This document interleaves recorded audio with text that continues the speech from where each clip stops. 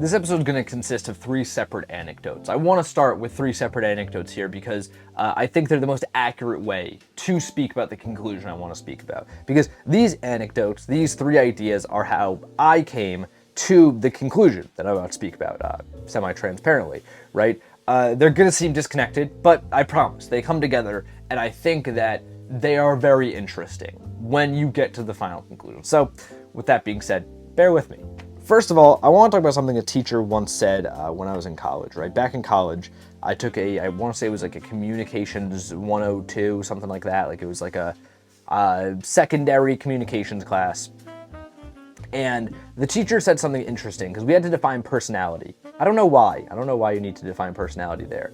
But the question that we were addressing was, how does one come to their own personality? Like, how do you know attributes about yourself?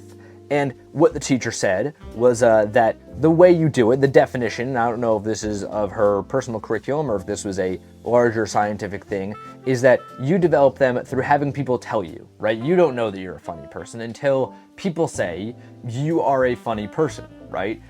I think this is interesting because, one, I don't think it's true, and this is actually me and another person of the class, I think actually ended up talking with the teacher about this, debating with him a little bit, because I don't think this is exactly a good way to go about it, right?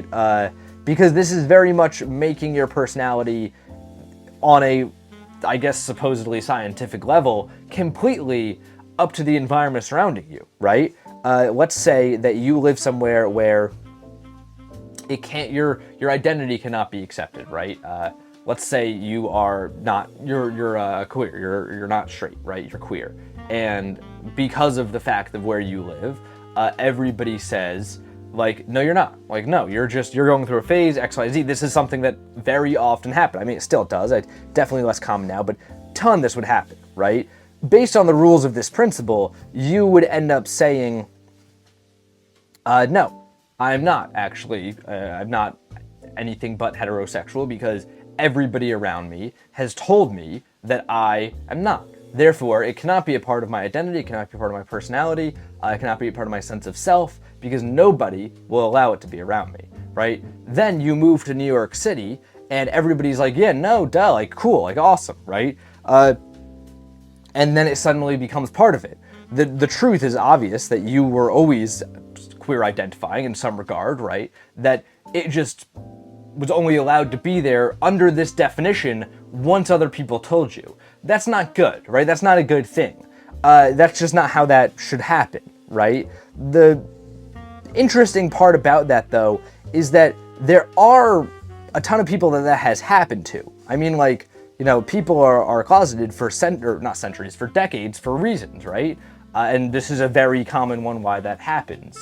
I think also there is the scenario of, like, you do something that's completely in private, right? None of my friends have seen any of my paintings, so if I were to ask them, am I somebody who likes painting? The answer would be no. Obviously, the answer is yes. You know, I paint a lot, I love painting. So that's a little bit of a hole in that, but I do think that despite these holes, despite the way that this works, there is almost I think this idea of personalities being predicated on other things that other people have told you it almost gets to the core of something. Whenever you listen to a stand-up comedian, they will always, I've never found an exception to this, and I'd love to hear if you guys have, because I've never found one. They'll always speak that they're in one of 2 camps, right? Either everybody told them they were hilarious and that's what got them to start comedy, or nobody thought they were funny at all, and that's what got them to be like, let's give this stand-up thing a try. I think this is so interesting, because I think it speaks a lot to this, right? Jerry Seinfeld's a great example of this, right? The man is considered to be one of the greatest comedians ever. I will say, I think his stand-up's a little bit dated for me. Not even like, I'm not even like a hater of it or anything. I'm not one of those people. I just like a lot of his, like, he'll have like comedy that's like, how come when you're in line at the grocery store, a woman can pull out a check and write a check in 10 seconds, but then it takes her 20 minutes to find her keys? And I mean, that could be very accurate, but we have tap to pay now. and I haven't seen anybody write a check since like my mother in 2004. So I have no idea. That's what I mean when I say it's a little bit dated. Not to mention, I mean the type of comedy of like, what this mean, what that mean. That's a little bit, you know. I feel like we've all moved past it in a regard. But either way, the man's on most lists of the best comedians ever. He's widely considered to be hilarious. And I think to be like Jerry Seinfeld does not have a comedic bone in his body would be almost an objectively wrong statement just because of what he's done, right? So with that being said, I always have found it interesting how Jerry Seinfeld was never as a kid considered to be funny. He was very quiet, he was very reserved, and for the first years of his career, he would go on stage and bomb all the time, right? There's the opposite of this. I know Joe Rogan has spoken about this, where he's like, I tried stand-up comedy because I don't know what sport he did. He was on some sports team, and I saw a clip of this once, and everybody was like, everybody in the sports van was like, you're the funniest guy ever, Joe. You should go try stand-up. Now, obviously, no matter what you think of these two people, whether you think they're funny, whether you think they're not funny, extremely successful people, right? And that success is, in their minds, in their stories, somewhat predicated on the thoughts of others. In Jerry Seinfeld's case, we can look at it as being almost in spite of the thoughts of others. In Joe Rogan's case, we can look at it as being because of the thoughts of others, right? There's a second anecdote here, and it's about LARPing. It's about live action role playing. There's this idea that's, I guess, sort of on the rise in politics that once you get Donald Trump, people start to believe in how the government works a lot less. Namely because he just like ignores it sometimes. Like sometimes in the government, they'll be like, Donald can't do that. And he'll be like, watch me and just do it, right? And what this has led to, in many people's eyes, is a lack of belief in these institutions, because if they're just faking it up there, if all this was predicated on was people being like, no, let's listen to the rules, do those rules really matter? Do they exist, right? This has led to a very common belief that the future is going to be defined by people who fake it until they make it.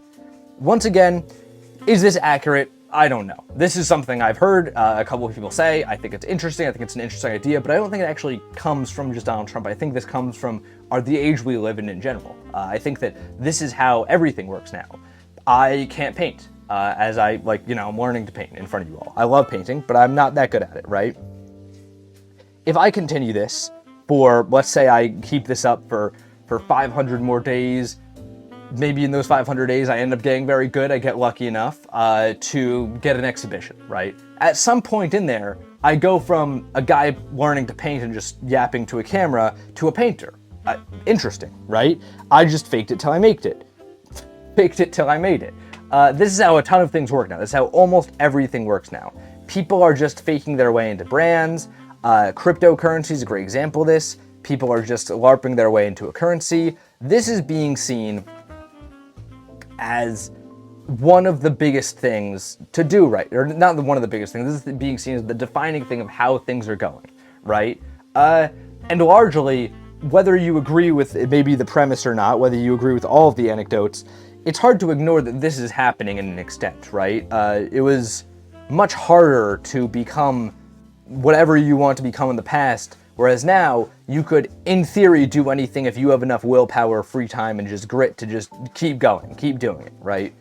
Chefs, ninjas or whatever, you could do anything if you just post it, right? First and foremost, many people might consider you an influencer, but at some point along those ways, you will become the thing you want to be. The third is, and I saved this for last because if I started with this, everybody would have clicked off, and it's perhaps the worst thing we're ever going to do. A Logan Paul quote. Logan Paul once said on his podcast, once again, I saw a clip of this, that momentum is the most powerful force in the universe, that he thinks that, right? I think that this is interesting, not because I think Logan Paul is some sort of philosopher or scholar, but because Logan Paul has great reason to believe this. Let's look at this last thing of LARPing. Logan Paul is somebody that has LARPed his way into being who he is. He is undeniably successful. He's a billionaire. Is he a billionaire? I don't know. He's doing well. He's comfortable, at least. I don't think the guy's struggling right now. He's a WWE superstar at this point, I think. He owns like a sports drink brand. And if you look at Logan Paul's resume of like him being born, there's nothing that would tell you like this guy is destined to go do this, right? I don't really know much about his background, but from what I understand, like There's nothing in there that was like, Logan Paul is determined to be this, right? He just kept doing and kept being and putting things out there until he became this. Put out some insane things in Japan along the way, I've heard. I think that this idea of momentum's really interesting, and it's interesting that he's saying it because he has great reason to believe this. Like, let's sit in Logan Paul's shoes for a second. You just uploaded vlogs on YouTube and you just saw numbers keep going up and up and up until it was just like, this is awesome, and I am now so rich. It's hard not to look at the bottom of the graph when you're in that situation and be like, wow, it's just because the momentum happened, right? Along the ways, Logan Paul was probably told a lot of things. He was probably told, either you're funny, you're a good wrestler, right? What was Logan Paul told that made him believe he could do that next thing, right? I think that Logan Paul saying this is a very interesting thing because it's almost an amalgamation of the two that came before it, of Logan Paul being told things and him just doing until it happened, him LARPing his way into being the person that we know today, and very likely somebody who is far richer and, you know, bigger than he is now, right? As whatever he ends up doing, I don't really know. I've not watched much Logan Paul content, but I want to talk about myself for a second, right? Something that I was told as a kid was that I was a good writer, right? I liked writing a little bit, and because of that, I kept writing. Everybody was like, you're a good writer, you should focus on the writing. Whenever my teachers were talking to me, they were like, you know, like, just do this writing stuff. They knew I would never be able to do math because I'm not good at math. So they just told me, you're a good writer, focus on that, right? Because of that, I kept writing, right? And when I would come up to a roadblock in writing, I would think about that. I'd think about the fact, no, I'm naturally good at this. I'm a good writer. This is what it's meant to be. I'm meant to be, you know, my instinct will be correct here because everybody's told me I'm a good writer. To this day, I don't think I'm the best writer by any means, now that I've exposed myself a little bit more to the world around me and I've seen much better writers myself, but I don't think it's inaccurate for me to say I'm a good writer because I've put a lot of hours into it, right? Being a writer is at some level a part of my identity because of this too, because of the amount of time I've put into this. So, with that being said, was I ever actually a good writer, or was I just maybe a little bit lucky and got told it enough that I kept practicing and believed it was true? And then, because I kept practicing, the next time I showed somebody my writing, they were like, wow, you're a really good writer. And I believed, see, it's true, I am a good writer. And I kept going and going and going until I ended up in the spot I am, where that has led to me basically LARPing my way into being somewhat of a decent writer. You know, I don't want to say I'm a great writer, but I think that there's an argument to be made that our identities, our lives, the way we end up going, the way we end up moving, is just a bunch of positive reinforcing feedback loops. That everything we do is just a result of what we believed we could do and what we did because of those beliefs, right? I think it's almost like this. Told you're a good writer, think I should write, practice writing, show somebody the writing, get told you're a good writer, practice writing, show somebody the writing, get told you're a good, you know, it keeps going like this until it just keeps spiraling out into eventually you're good at this thing. I'm willing to bet that this is, you know, maybe not too dissimilar from what happened with Logan Paul, right? And then back to his quote, momentum is the most powerful force in the universe. As you get better, as you practice more, as the separation between you and all those people who weren't told they were good writers becomes larger, you eventually are not just somebody practicing, you are now that thing.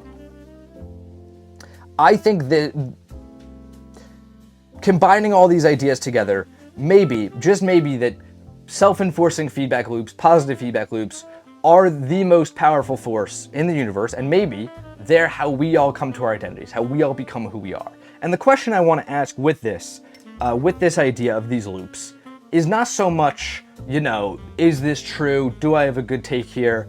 But more so, you're all people. Unless there are robots watching, you're not welcome here. Please, just humans. You're all people. You have identities. What could your identity have been that you really liked, but you didn't do because you weren't told you were good at it? How much were you sculpted by the words of others? And maybe, just maybe, you could pick up that momentum on your own, just with your own two hands, not too dissimilar from somebody like a Jerry Seinfeld, who was never told they were good at what they were doing, but just kept doing it otherwise out of spite, in spite of the fact that he was never told. And maybe you could end up doing something like that, you know? I think that this is something we should all be thinking about, and I think we should also think about it in relation to how you talk to people, how you understand the people around you. Because you could be sitting next to the best writer of all time, but you just haven't told them they're good at it yet. You could be sitting next to, somebody who's going to have a TV show named after their last name that goes for 9 seasons, and then they end up a billionaire because of that TV show. But you never told them they were funny, so they don't try. There's an argument made that the next great person won't be deterred by anything anyways, but I don't like that argument, because I think maybe that's true, but I think we're also missing out on 10 more great people because they haven't been told that yet. And I can't believe my 4 examples for this episode, were Donald Trump, Joe Rogan, Logan Paul, and Jerry Seinfeld. But it's what happened. This is the painting. Last of using up the rest of the colors in this palette, I believe. It's cool. I think it's interesting. I think these colors actually work almost better than any of those. So yeah, this will be up in Instagram. Check it out over there. And until next time, guys, gals, and pals. Until next time, guys, gals, and pals, my name is Max Seiss. This has been Paint Talk episode 203. I'm here every morning, painting and talking with you all. And I still can't get the outro right after 203 episodes.